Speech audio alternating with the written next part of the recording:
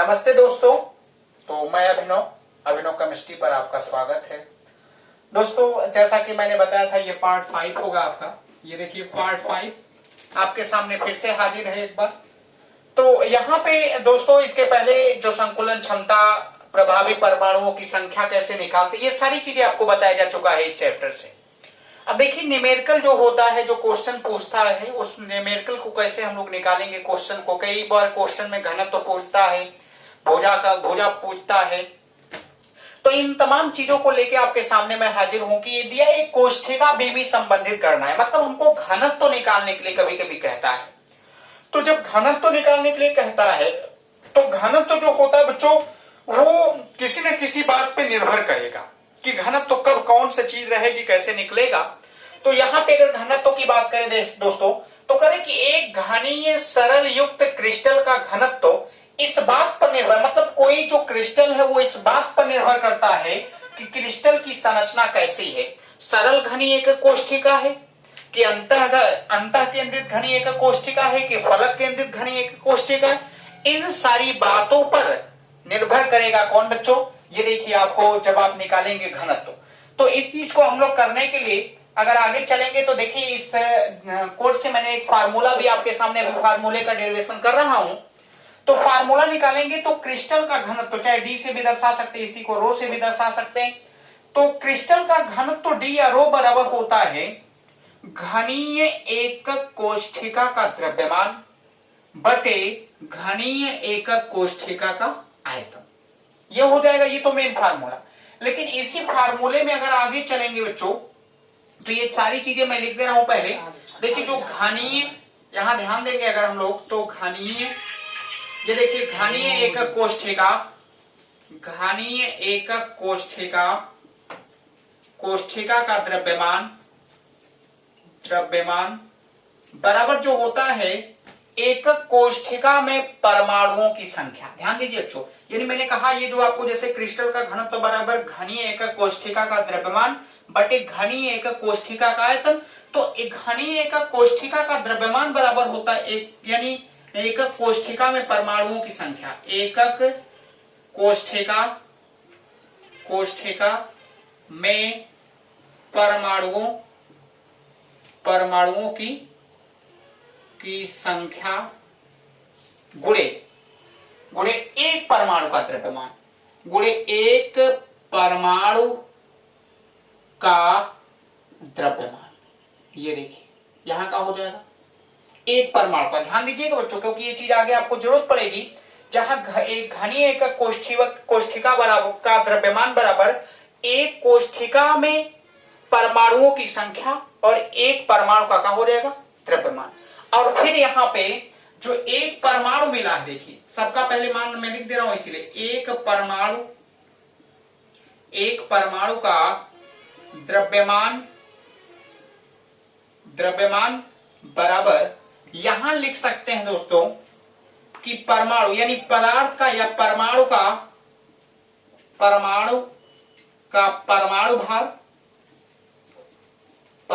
भार बटे अवोगाद्रो संख्या,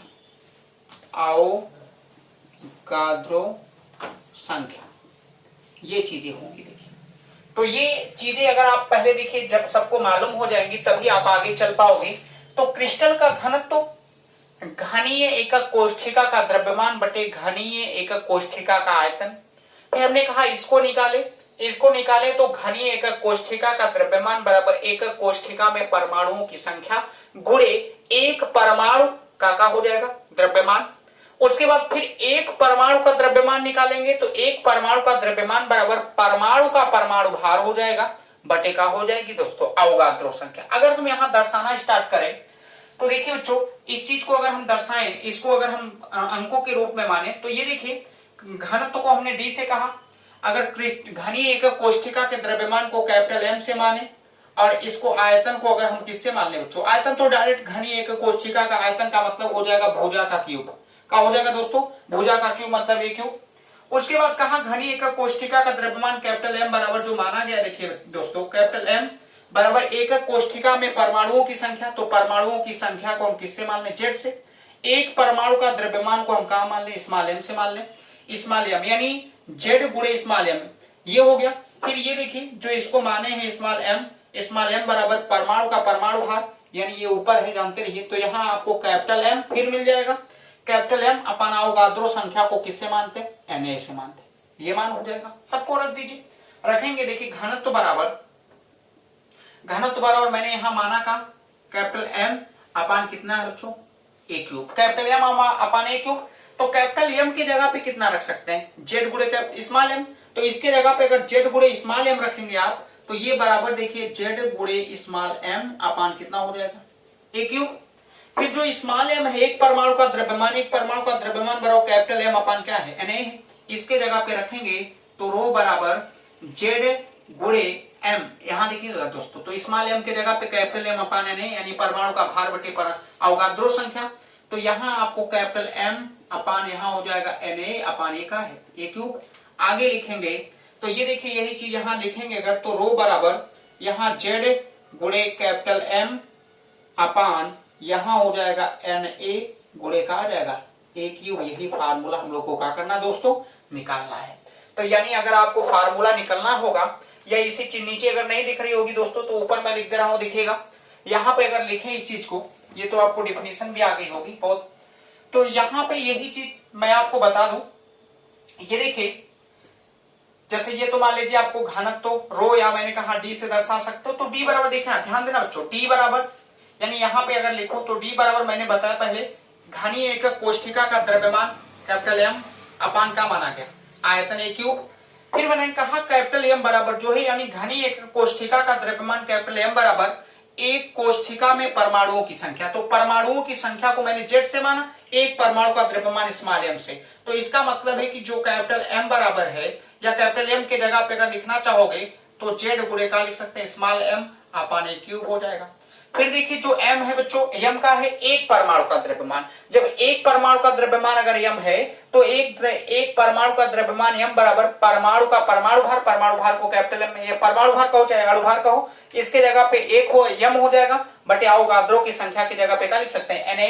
तो यहां हमने कहा कि अगर आगे लिखेंगे तो जेड जगह पे यहाँ कैपिटल एम अपान ये देखिए Na, यहां हो जाएगा Na अपान आपको मिल ही रहा है ए क्यूब, तो बराबर गुणा मल्टीप्लाई करेंगे तो ए कैपिटल एम अपान ए क्यूब गुणे का हो जाएगा Na। ये आपको देखिए यानी घनत्व तो बराबर जो रो या घनत्व डी या रो बराबर अगर निकालेंगे तो जेड गुणे कैपिटल एम अपान ए क्यूब गुणे का हो जाएगा Na। ये फार्मूला हमको क्या हो गया दोस्तों, मिल गया, जहां जेड का है परमाणु की संख्या है, यम अणुभार है, ए का है भुजा का क्यूब है, और Na का है अवोगाद्रो संख्या है। जब इतना मिल गया दोस्तों, तो इतना मिलने के बाद अगर नीचे भी अगर फार्मूला लिखना चाहें तो क्योंकि अवोगाद्रो संख्या हमको मालूम होती है, तो अवोगाद्रो संख्या को अगर लिखें तो यहां पे देखिए दोस्तों ये हमको मिल जाएगा डी बराबर जेड गुणे कैपिटल एम अपान ए क्यूब, अवोगाद्रो संख्या को 6.023 गुणे 10 की घात कितना मानते हैं 23, ये भी डायरेक्ट लिख सकते हैं। या अब देखिए अलग अलग परमाणु के लिए भी कहेगा, तो अलग अलग परमाणु के लिए कहेगा अगर एससीसी के लिए, देखिए बच्चों एससीसी में कह दिया तो एससीसी के लिए अगर कह दिया कि हमको घनत्व, एससीसी का घनत्व बराबर सबको मालूम है दोस्तों कि एससीसी में टोटल परमाणु कितना होता है एक, तो यहां पे अगर लिखेंगे तो घनत्व देखिए डी बराबर एससीसी बच्चों है, एससीसी में एक परमाणु, तो यहाँ कैपिटल एम अपान ए क्यूब गुणे आपको कहा जाएगा 6.023 गुणे 10 की घात कितना आ जाएगा 30, ये लिख सकते हो। जेड बराबर यानी क्या मान लिया गया यहाँ पे, जेड बराबर टोटल कितने परमाणु एक। अगर यही आपसे कोई कह दे फलक केंद्रित एफसीसी में, तो एफसीसी का घनत्व डी बराबर यहां देखिए कैपिटल एम यानी जेड के एफसीसी में टोटल कितने परमाणु होते हैं 4 कैपिटल एम अपान ए क्यूब गुणे 6.023 गुणे 10 की घात कितना आ जाएगा 23, यानी इसमें जेड बराबर कितना माना गया 4 मान लिया गया। इसके नीचे अगर बीसीसी निकालें बॉडी सेंट्रल के लिए, देखिए बीसीसी का घनत्व डी बराबर बीसीसी में टोटल कितने परमाणु होंगे तो 2m, क्योंकि जेड के जगह पे ए क्यूब गुणे 6.023 गुणे 10 के घात कितना आ जाएगा 23, और यहाँ पे हमने मान लिया कि जेड बराबर कितना मान लें 2 मान लें।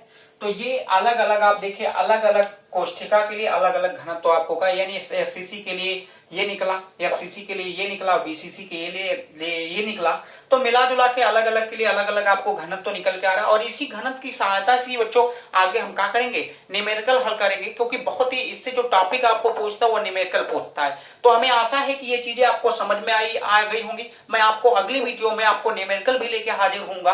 तब तक के लिए चलते हैं, लेकिन उससे पहले है कि आप चैनल को देखते तो जरूर हैं, लेकिन सब्सक्राइब नहीं करते हैं दोस्तों, लाइक नहीं करते हैं, तो थोड़ा सब्सक्राइब, लाइक और कमेंट करते रहिए, हमारा भी हौसला बुलंद करते रहिए। तब तक के लिए दोस्तों धन्यवाद।